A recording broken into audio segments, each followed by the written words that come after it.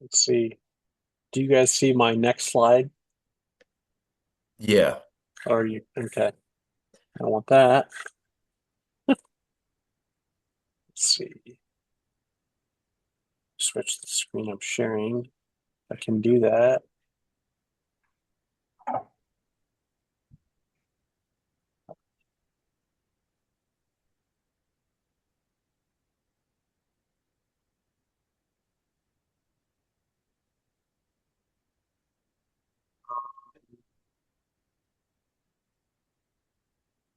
Maybe I can't. Mm. Oh well. Um, whatever reason. Okay, I'll just go with this. Um, oops. So you guys will see my slides off to the side, I guess, at the same time. Um, yeah, so it's going to be like a three-part um, presentation. Part one, we'll talk about streams and how they work and why they work. And the next part will be the Iowa experience, or at least the Western Iowa experience. And then the third part will be what can we do about eroding stream banks. Um, so I work at WHKS in Mason City as a fluvial geomorphologist, and that just means that fluvial means river, geo, earth, morph, change. So I study how rivers change the Earth's surface. Um, and I was the former Hungry Kenyans Lions Project director down there in Southwest Iowa. So this is so weird. I have the slideshow over on the side where I can't get it to, okay, whatever. So there's lots of stream bank failure in Western Iowa. Um, and that leads to farmland loss, um, sometimes up to 60 feet of stream bank a year, at least on the Nishnabotna, and infrastructure loss if the stream bank collapses underneath a bridge, such as the picture down here in the lower right. So again, part one, we're just going to dive in. It's going to be kind of tech heavy. If you don't understand, just shoot me a question. Um, Stream's job is to move both water and sediment. Um, and gravity creates the energy that allows the river to flow, um, and to move the water and sediment. And streams must disperse this energy with either friction in the channel, turbulence from channel form, or through sediment transport. Um, Velocity is proportional to depth because of friction. So the deeper a stream is, uh, normally the higher the flow rate's going to be. Um, Whereas a really not wide and narrow stream, or sorry, wide and shallow stream isn't going to have very high velocities because nothing's really touching the channel boundary. Um, and the main thing that determines uh, flow discharge is this equation Q equals V times A. So discharge is a cubic length per time measurement, often in cubic feet per second. Uh, Velocities in a length per time, often in feet per second, and then areas in uh, square length. So often uh, cubic feet, or sorry, square feet. Um, so streams will, uh, as they move, they will this linear path down the channel that has what we would call the maximum depth or velocity is called a thou wag. where the stream is cutting on the outside bend and depositing on the inside bend. Rainfall normally creates the runoff necessary for the river, and rainfall is almost always greater than or equal to the runoff, and that's because of land use. So if you have a bare soil, you're going to get a lot more runoff than if you have a vegetated soil. That runoff transports the sediment. And again, it can be determined by land use or land cover, how much runoff there actually is. So all streams are part of this watershed. At any point along a stream, you can determine the watershed above it. That's the contributing area. Within similar geologic regions, drainage area and discharge are about the same. So all stream reaches have some deposition, transport, and erosion, but normally the upper part of the watershed is where there's erosion happening. The middle part of the watershed is where it's being transported, and the lower part is where it's being deposited. So if you think of the Mississippi, the headwaters, Iowa, Illinois, these are where erosion is happening. It's being transported in those sections of the country, and it's being deposited in the Gulf of Mexico. Big picture. Most rivers in the Midwest are transport dominant. So erosion happens in distinct spots, and then the rest of the river is just transporting that sediment. And most erosion and deposition then happens during big runoff events. Sediment transport. Streams moderate the energy at their disposal by either picking up sediment and decreasing the energy, or dropping it and increasing the available energy. And that sediment can either come from the banks, bed, or upstream. If it's wherever it's going to erode the easiest possible place. So if you have, let's say, a clay bank and a sand bed, it's going to erode the sand bed preferentially over the clay bank, because the sand is easier to move, or because clay has cohesion. And so when excess sediment is entrained, the surplus sells out based on particle size, rather than simply being dumped instantaneously. So in a water column, as suspended sediment and bed load are moving downstream, the big stuff is going to settle out first, just because it weighs more. And small stuff is going to stay in suspension longer. And just to kind of visually show that, here's a channel, and the distribution of sediment in that channel is typically not much above the bed load layer. So basically sand and silt, larger particles, are just basically bouncing along the stream bed. And the suspended sediment, like clays and silts, they'll go for long distances. And water really has to slow down for them to really fall out and be deposited. What determines the river morphology? Well, lots of things. Energy, the amount of water being transported, the amount of sediment being transported, if there's structural elements, like bridges and roads. But big picture wise, if there's a single channel, it's typically going to be either straight channel or meandering. And those happen in typically low gradient systems, so the stream slope isn't that steep. There tends to be a high suspended load, and they tend to be relatively stable. Braided streams, on the other hand, have these frequent cutoffs. They have a steep gradient with a really high coarse bed load, and they're relatively unstable. So an example of a single channel would be almost all the streams in western Iowa, whereas if you go over to Nebraska and you see like the Platte River.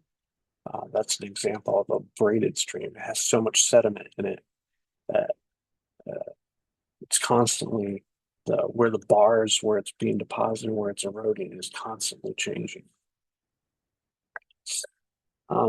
So here's a cross section of the typical river valley, and normally you'll have the channel with an active floodplain, and we call this the geomorphic floodplain. This is what's actively being used by the channel. And then often you'll see like a terrace, possibly even multiple terraces. So here's your active floodplain. Here's your first terrace. It's actually labeled wrong. Here's your second terrace. Here's your third terrace. And terraces are just a level bench standing above that present floodplain. That represents a level of the old valley or the old floodplain, where basically the level that the stream used to be at, and for whatever reason the stream has downcut, and now it's using a smaller portion of the active floodplain.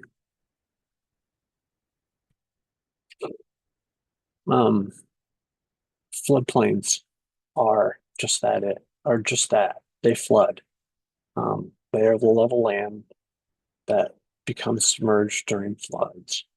And floodplains are created when waters fan out, slow down, and deposit sediment during floods. And they're really important for handling the excess energy of a stream and deposition of that fine sediment. And I'll show reason for that later. But it's important for people to understand that it's not a matter of if a floodplain will be flooded, but when it will be flooded. Because no levee could ever be designed to withstand all floods. People have to weigh their use of the floodplain against the risk of being flooded, and should accept the responsibility when it does. And one way that we think of how often a flood plain will cover, how often a flood will cover its floodplain, is we think in probability. So 100-year floodplain or flood zone is going to have the chance of flooding once every 100 years, 500 years, once every 500 years. Now, in Western Iowa, I know we've had multiple 100 or 500-year events in a decade. And some of that is just because we don't, the bigger the record we have as a society, the more we'll know how often a floodplain uses this, or how often a river uses its floodplain. So some of that is just lack of data. Also, it could be, the climate could be changing. There could be urbanization upstream. There could be lots of things that's going on in that watershed that is causing that floodplain to be utilized more often.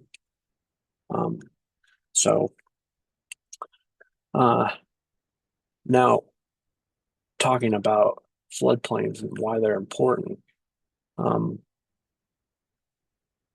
shear stress is basically the amount of force that a stream has to erode or deposit. And so in this diagram, you can see here's our two different types of channels. One, this D2 is the storm event that would happen approximately every 2 years. And this D100 is the storm event that would approximately happen every 100 years. Now, on a channelized stream, it doesn't have much floodplain, if any, to spread out on during a larger event, whereas a natural stream would be connected to its floodplain. The reason this is important is because in the lower discharge return intervals, so there's these D2 events, the shear stress of a natural stream is higher actually in a smaller non-incised channel.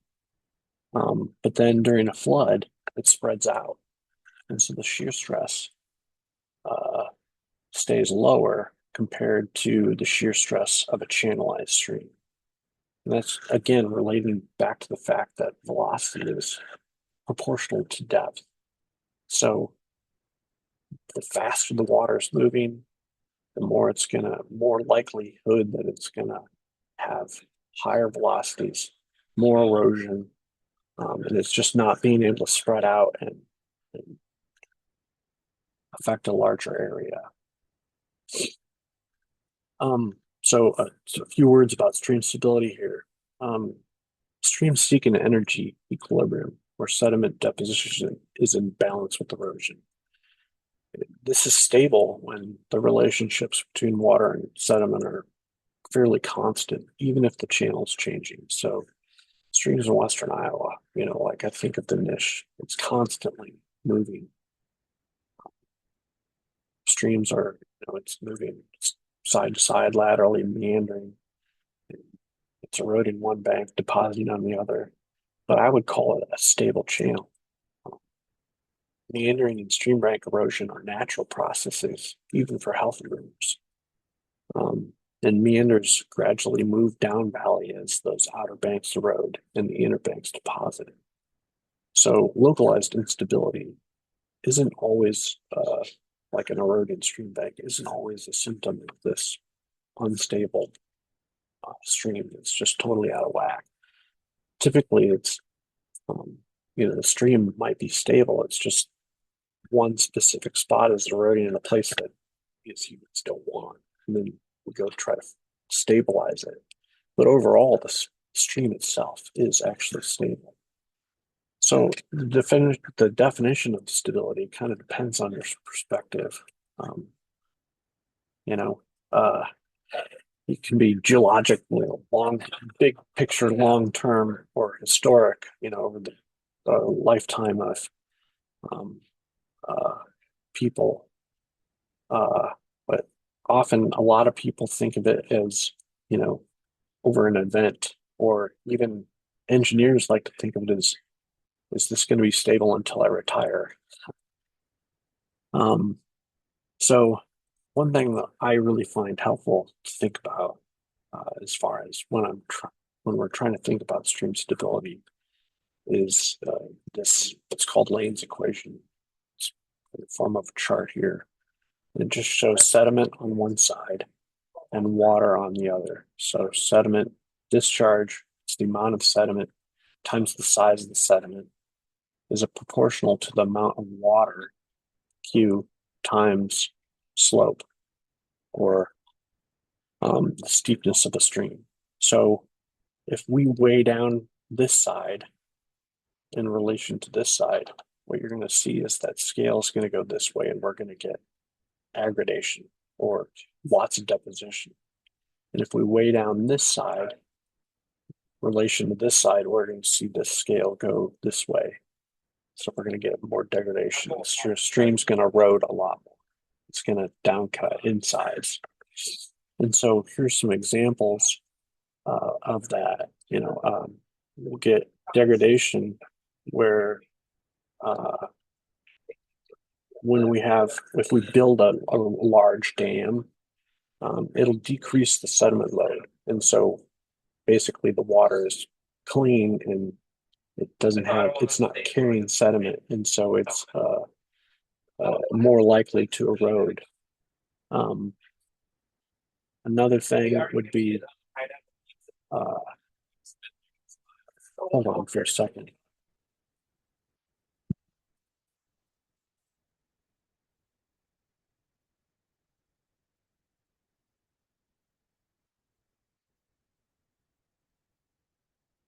In an office, and so just lots of people all around. So if you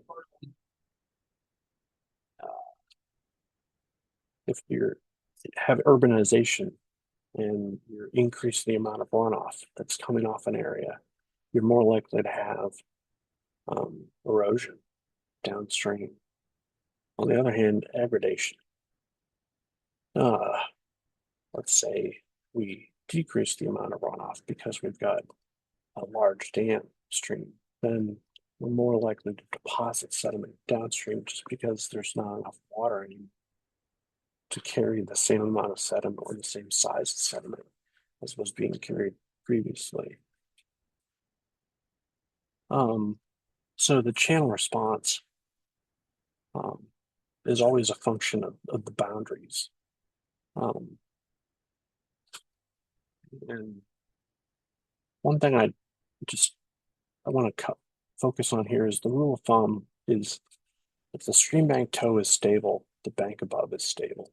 So we always want to protect the toe. I'll skip that slide. But, as far as forces acting on stream banks, there's either driving or resisting forces. The driving ones are trying to cause the stream to erode. The resisting are trying to prevent it from happening. So gravity, if you have just the weight of the stream bank is wanting to go down. If you have positive pore water pressure, like seepage after a flood or seepage due to a confining layer, freeze thaw will create small cracks during the winter, and then those stream banks will be prone to failure in the spring, and you'll get erosion during the spring months. On the other hand, you get cohesion. That's the bonds of particles wanting to stay together, especially with clays. So almost done with this section here, but types and causes of local instability or stream bank failure, we get toe scour. It normally happens from high flows, mass failure. So let's say the toes eroded away. The area above it is just hanging there, and it's going to slump all in one big chunk at one time. So as far as the Western Iowa experience goes, I had my slides able to be used better, but these were supposed to pop out at different times. But anyway, in the 1850s, it was mainly just prairie with some forests along the streams. Nowadays, obviously, it's mostly crop here in Iowa. And we've altered the landscape dramatically with tiling and channelization of our channels. And so thinking about this, especially in Western Iowa, what we've done is we've straightened our channels, which has caused higher water velocities. And we have these highly erodible loess soils. And this has increased channel erosion and caused channel downcutting, and this leads to higher sediment loads. This is actually a picture of Walnut Creek. This is Highway 6 in eastern Pottawatomie County. Here's the straightened channel. Here's the old meander. You can see how much the stream has cut down over time. So in the 1850s and early 1900s, when Western Iowa was settled, we did massive across the landscape agricultural production, and so these we didn't have soil conservation back then, and so we had massive erosion from fields and uplands, and basically all that moved downslope and into the channels. Channels filled with all this eroded sediment, and they started to meander more, but that reduced the conveyance of the flooding, or flood conveyance, and so that caused an increase of frequency of flooding. And then it created these valley fill deposits. So basically, the bottom of our floodplains rose up. We call it the post-settlement alluvium. And then around 1900, to about 1950, there was these large-scale programs to dredge and straighten stream systems to improve this land drainage and reduce flooding. And it has. It's definitely reduced flooding. The issue is that all the channels are now down cut, causing incision and resulting in massive erosion. This affects bridge crossings and all sorts of anything that's nearby, including farmland. And now, as about 100 years into this process, now we're starting to see a channel form in the bottom of these incised channels. And what we're seeing is that approximately 80% of many of the watersheds in western Iowa, around 80% of the sediment that's coming off the landscape is coming from these near channel sources, not necessarily from agricultural fields, but just from in the channel. So here's kind of a picture of what's happened. Basically, in the 1900s or pre-1900, we farming up here and all the sediment went down in the valley. And the valley floodplain was being deposited upon. So we channelized our streams, and now shortly after that, the streams all started to down cut. And then once the stream down cuts, then the banks start to erode because the banks are unstable. Eventually, enough sediment will be generated from upstream that will be moving through the system. Then it starts to deposit.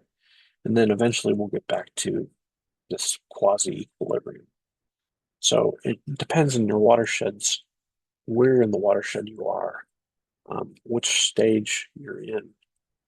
There are places in the headwaters, even in western Iowa today, that are just now being channelized. And it's not supposed to be, but it's what's happening. And so this leads to down cutting. So like, think of the Nishnabotna River, for example. I would say, down in Fremont County or Mills County, we're probably in a stage 6. The bottom is stable. If anything, we're adding sediment to the floodplain. Once you get to, maybe Pottawatomie County, there might be some erosion still of the banks, but the bed is still grading. Once you get up past maybe like Harlan, you're still seeing some down cutting of the streams, and the streams are moving side to side, creating lots of sediment. And we can see this. These are photos from western Iowa. These are nick points, and basically nick point is how loess typically expresses itself as a drop in elevation.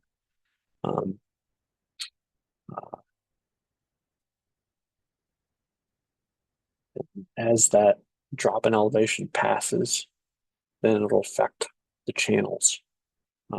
So either you'll have gullies move up tributaries, or you'll have bank sliding of the adjacent channel boundary, or you'll have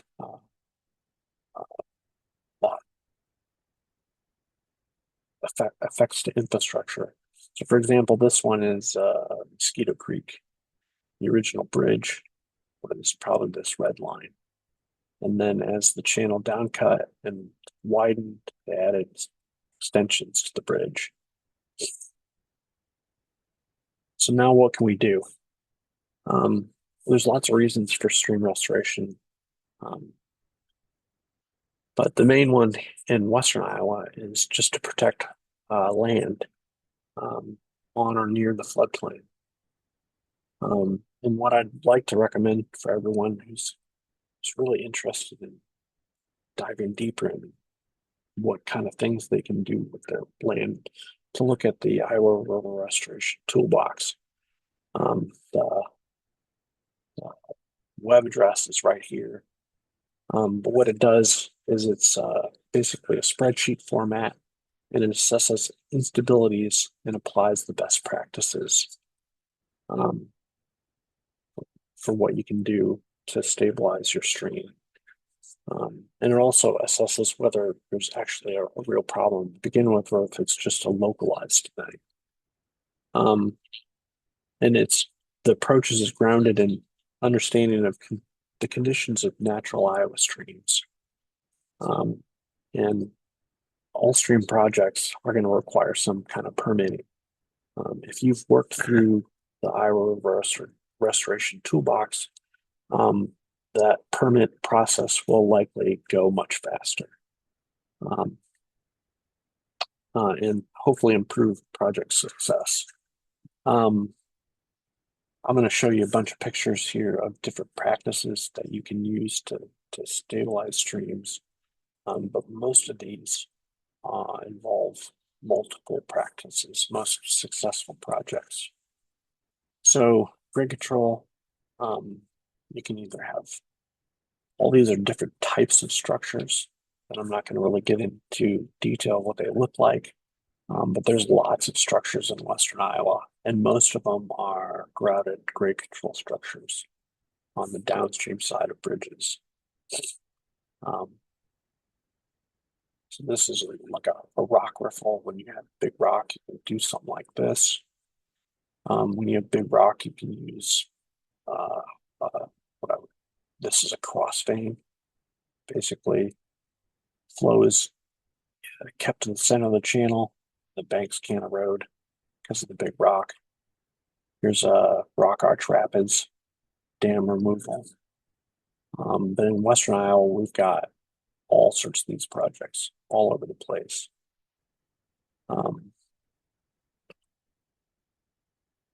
Another thing we can do is bank and floodplain restoration, and typically this just involves either basically excavation of dirt along the channel.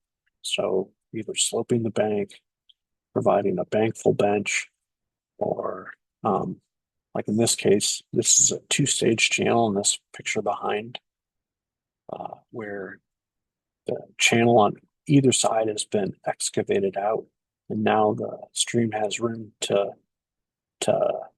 meander and spread out during a flooding event, and so all the energy isn't stayed right in the center of the channel, but it can get out. Another thing we can do is stream bank toe protection. Again, we want to focus on protecting the channel or the toe of the bank and making sure that that doesn't move or erode. One way we can do that is with toe wood, and that's typically just harvesting the wood that's on site and laying it. The red line is the old bank, the old stream, and we're harvesting wood and laying it in a bench next to the eroding bank. And this is going to cause roughness. It's going to cause some deepening of the channel right up against this wood. But during floods, there's room for the flood to spread out, and now it's further away from the bank, and so the bank won't erode. Here's some toe wood that's been done. Here's a project I helped with up in Sioux City. Here's the eroding stream bank and all these trees that were just blocked in there. What we did is we didn't touch the stream bank at all. We just cut the logs. We had footers below, and then we put these logs in perpendicular to flow up against the bank, and then covered it with some textile, made basically soil burritos. And then this is what it looked like a year or two later. Basically, that bank is still left vertical, so it might slump some, but eventually it will stop slumping as the soil is just falls on this, and the stream is can't get to it, or at least can't most of the time, and it'll stabilize, get vegetated, and it'll heal itself over time. We can also do channel definition structures. Main way that we're doing these in Western Iowa is through Benway weirs. But we can also use longitudinal peak stone toe, which basically is a pyramid of rock right at the stream edge, right along the channel boundary. So here's a picture of longitudinal peak stone toe with Benway weirs. And you can even put this longitudinal peak stone toe with Benways out in the channel, and you're going to get deposition behind it. So if we have meandering situations like here's two spots on, this is Botna Bend, just south of Old Town Park in Potawatomi by Macedonian. This is Highway 6. This is the West Nish. And two of the photos I'm going to show you next. This is from that Old Town Park project. Can't see these because my PowerPoint's not working right, but here's the original bank. Just, being constructed. Here's a year later. Here's 4 years later. That was done for $35,000, 800 feet, and included 11 Benway weirs. Here's that project by highway, just north of Highway 6. It's being constructed.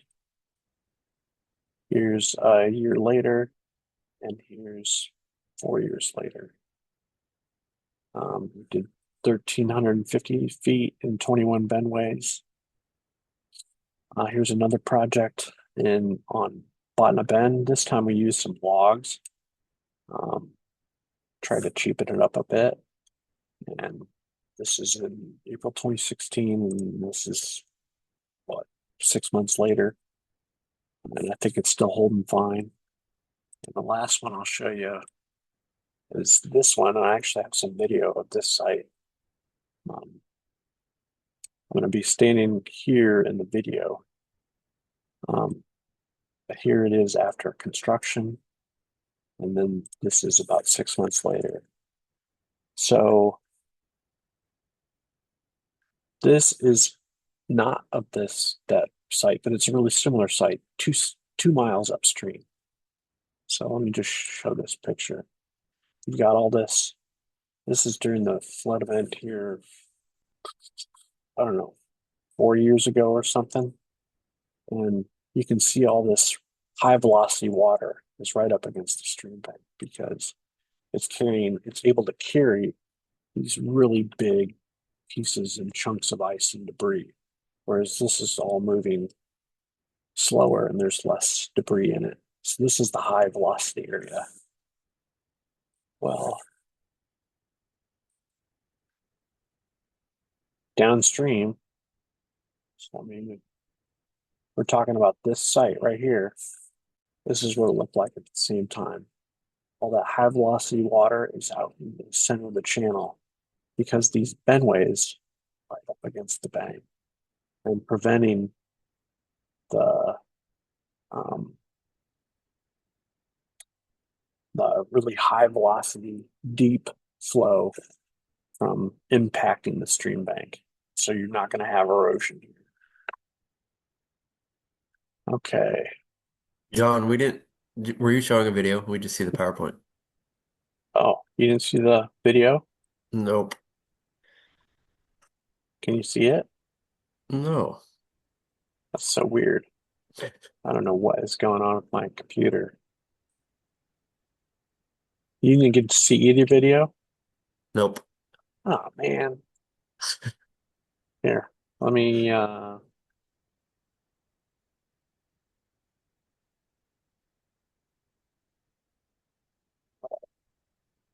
stop share. Let me share this screen. Can you see that? Yes. Okay, all right. So this, sorry, go back. This is that high velocity water right up against the stream bank, carrying lots of debris. You can see the lower velocity water over here on the right side of the image.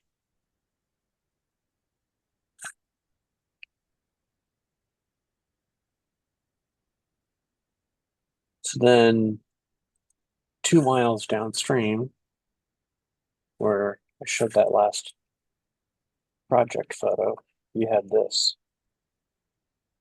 Oop.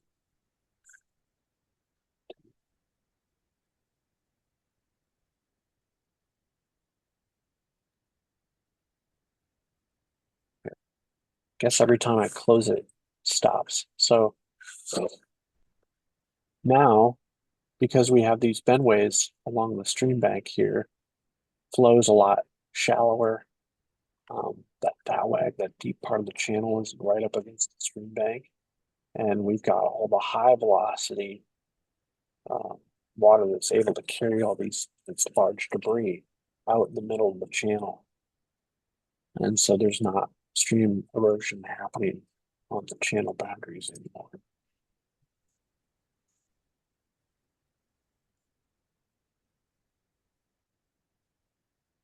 You see this water here is just moving. It's moving fast, but it's not moving as fast as this stuff out here is. Okay.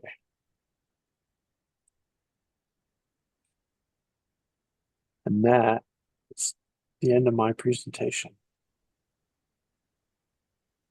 Okay. If anybody has questions for John, you can feel free to unmute now, or you can type it in the chat.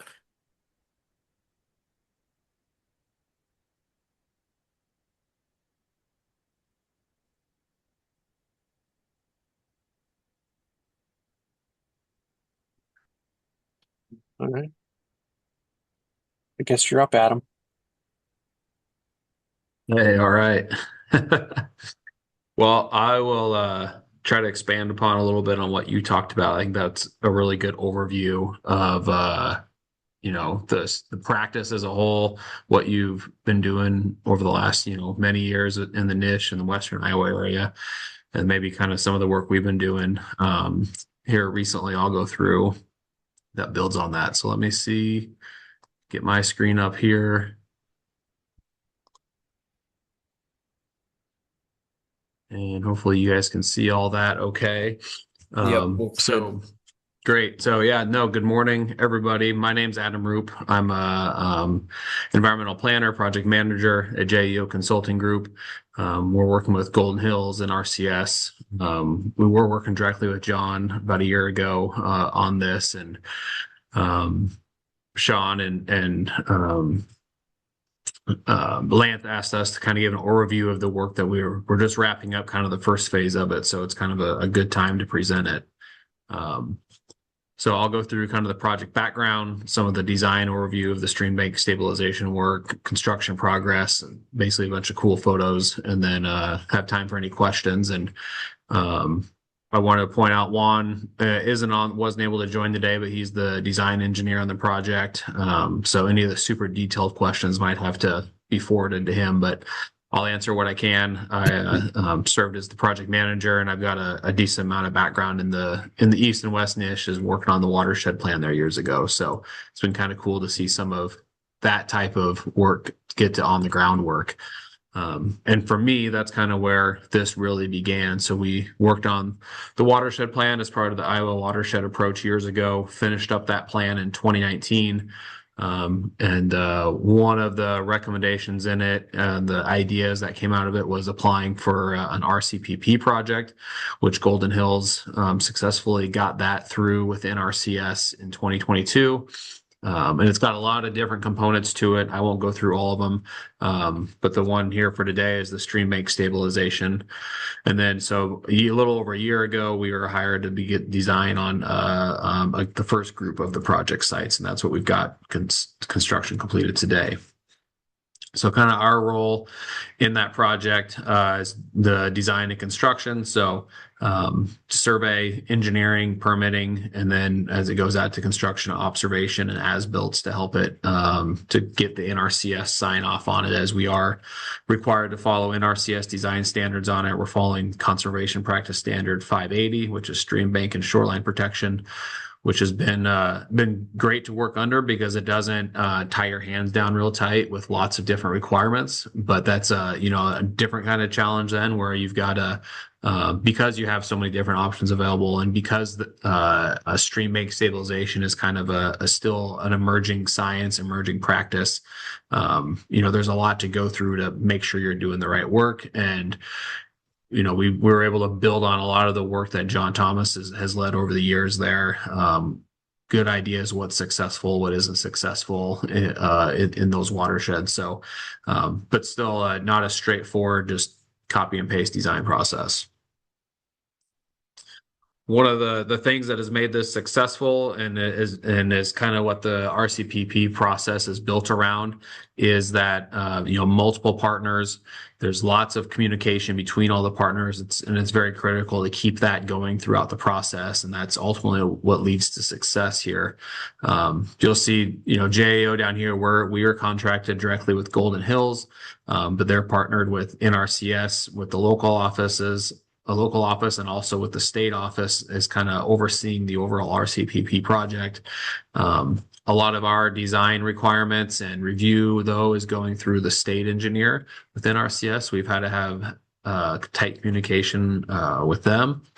And then also through the local office, they've kind of led a lot of the landowner outreach, the contract for the projects and the payments goes through them. And then the landowner is actually technically responsible for the contractor.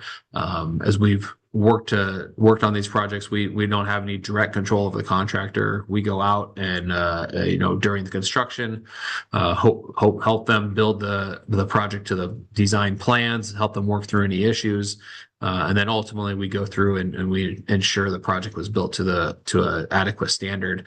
But they're not working for us; they're working for the landowner. So there's just multiple different channels that the project is working through, and we've really had to take it on our own to make sure that we are in communication with all the different partners for the different aspects of it to keep it flowing on time and on budget.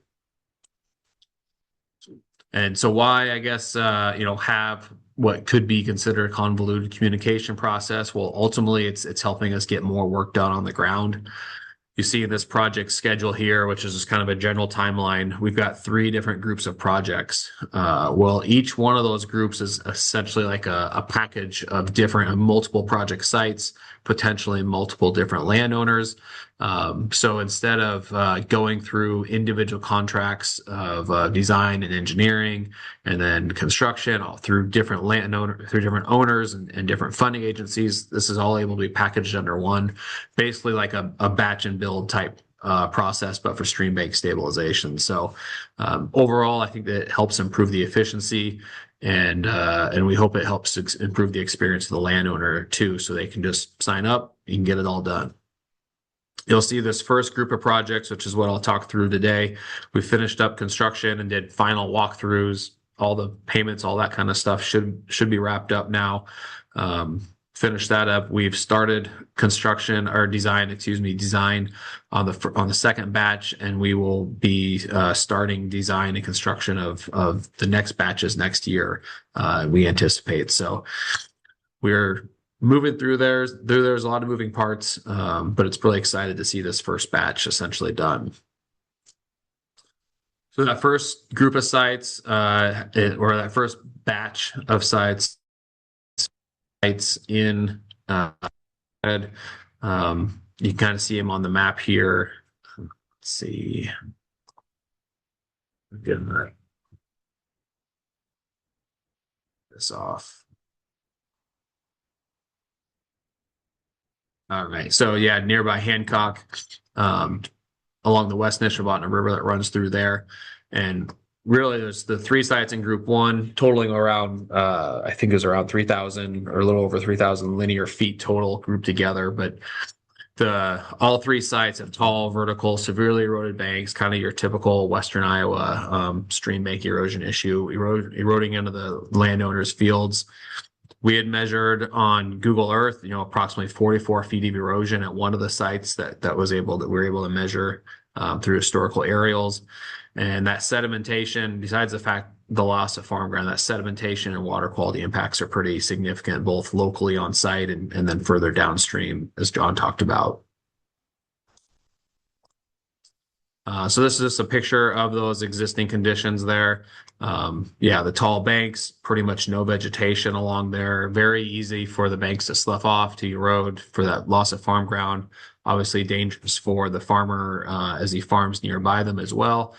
So just not a good situation overall.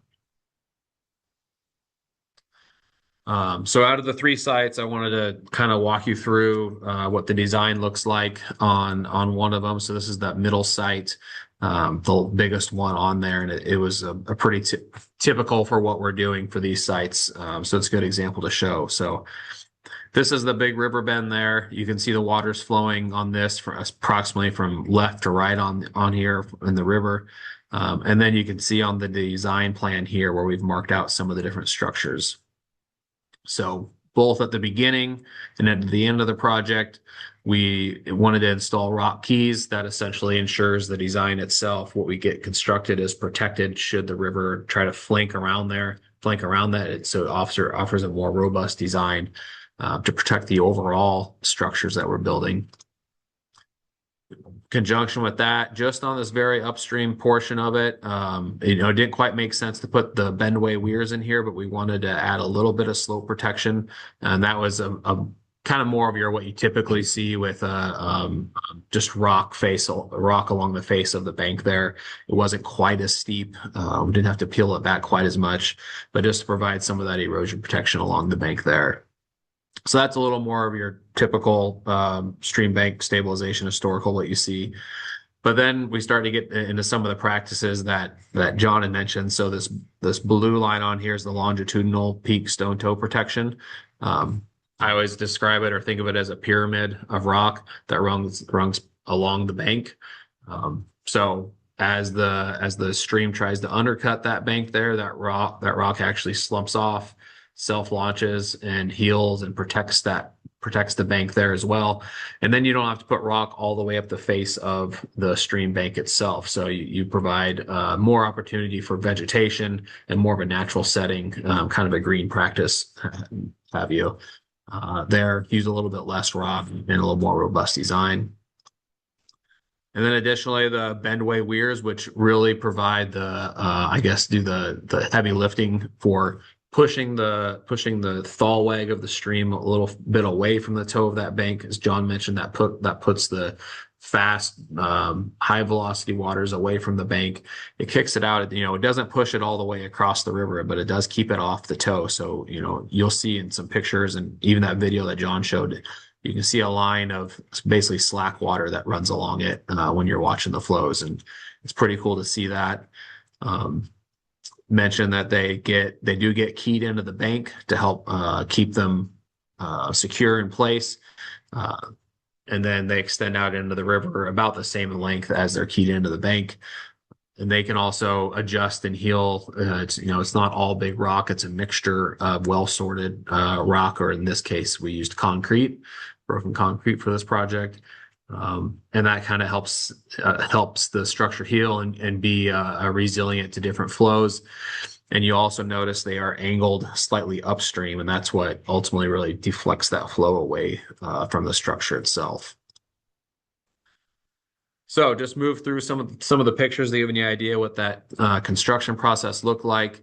The contractor on this, John Finn, who's worked on all of these and has done a great job, great to work with. He was able to work with the landowner early on to start stockpiling materials. So you see the broken concrete is staged around what this is the first site, the most northern one. You can see the second site just barely in the background. And those were stockpiled early in the spring and throughout the summer, basically before construction actually started and before the design was finalized. He was able to start stockpiling that material. And just a little bit closer look at that, you can see how he's got it staged along the bank here. He worked with the farmer to be able to farm around it. And again, just another kind of photo of how's that stockpiled out there.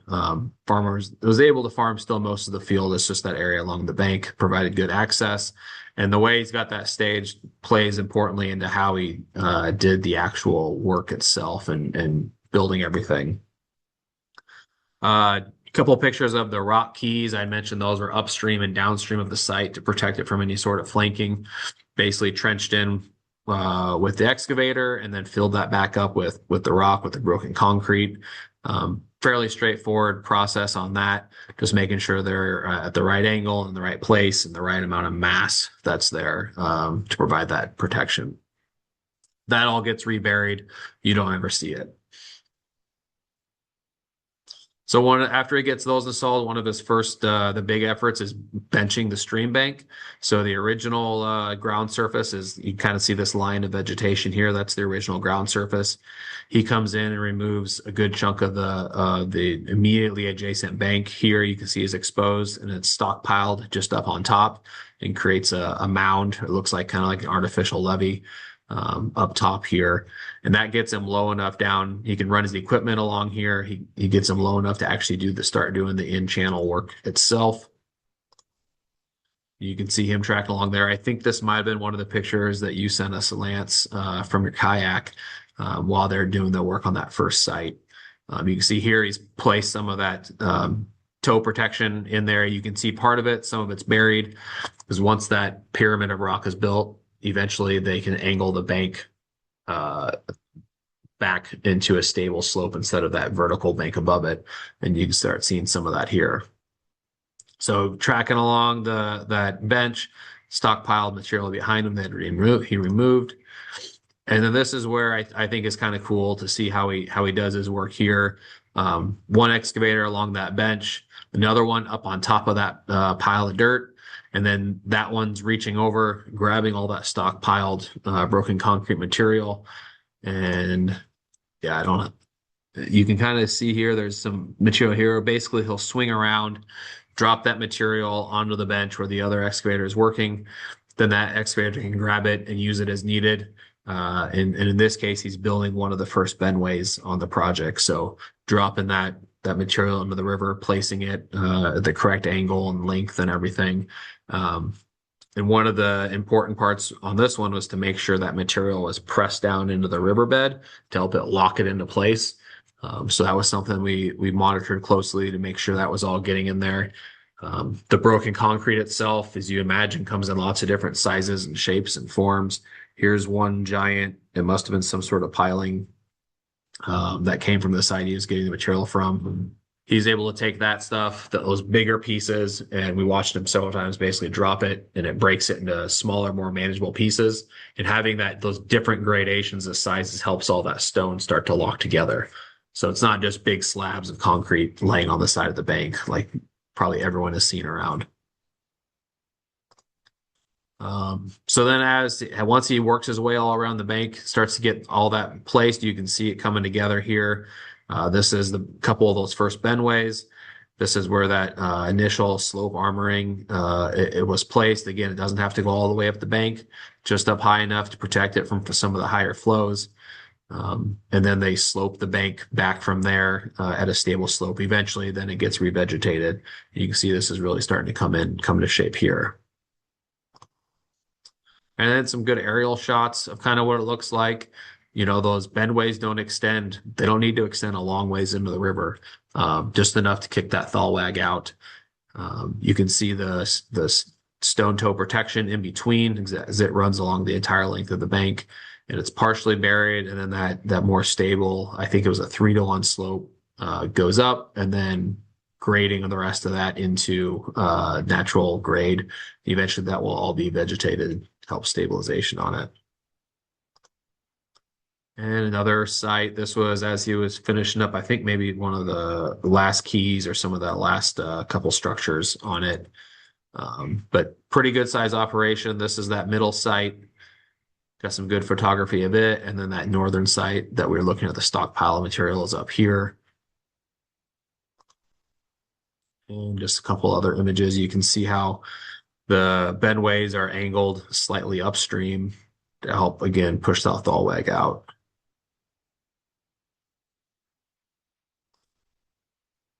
And that shows, this one shows the angles really well. It's kind of directly overhead. This was taken after not very long after one of the bendways had been put in. You can already see a lot of sediment deposition happening directly behind the bendway. That's not sediment that's eroded off the slope or anything. That's stuff that's come in and dropped. We had this past summer several high water events that happened during construction, so it gave us some delays. We had to wait for some of those conditions to improve, but you could very quickly see the power and the benefits that these structures provide very quickly. And then revegetation, basically the last step to complete the project. This was towards the fall.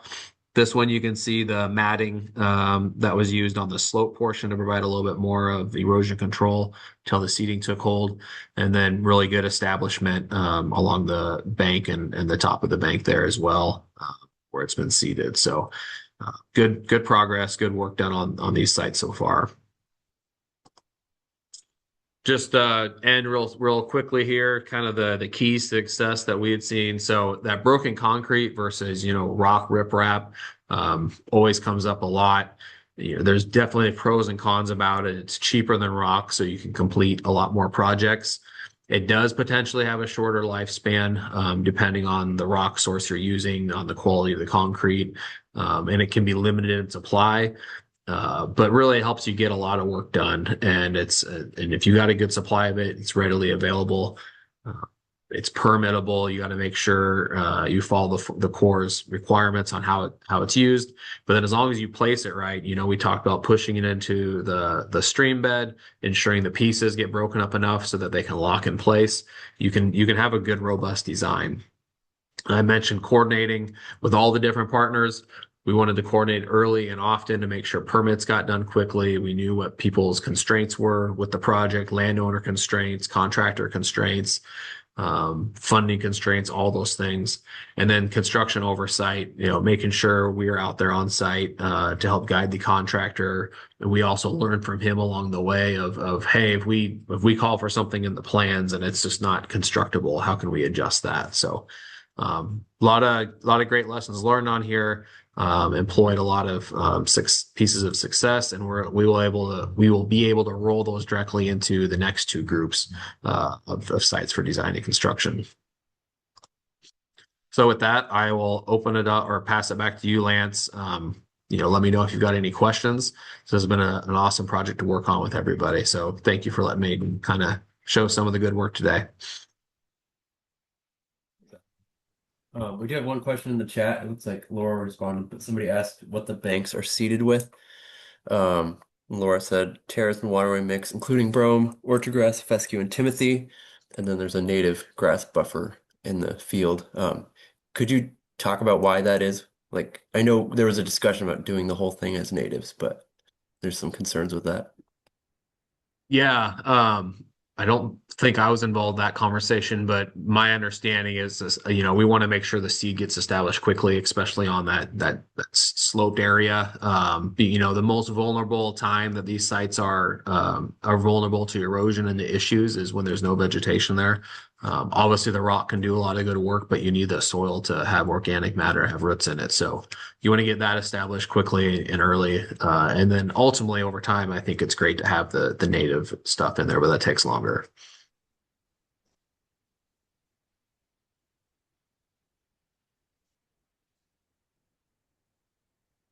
Any other questions from anybody?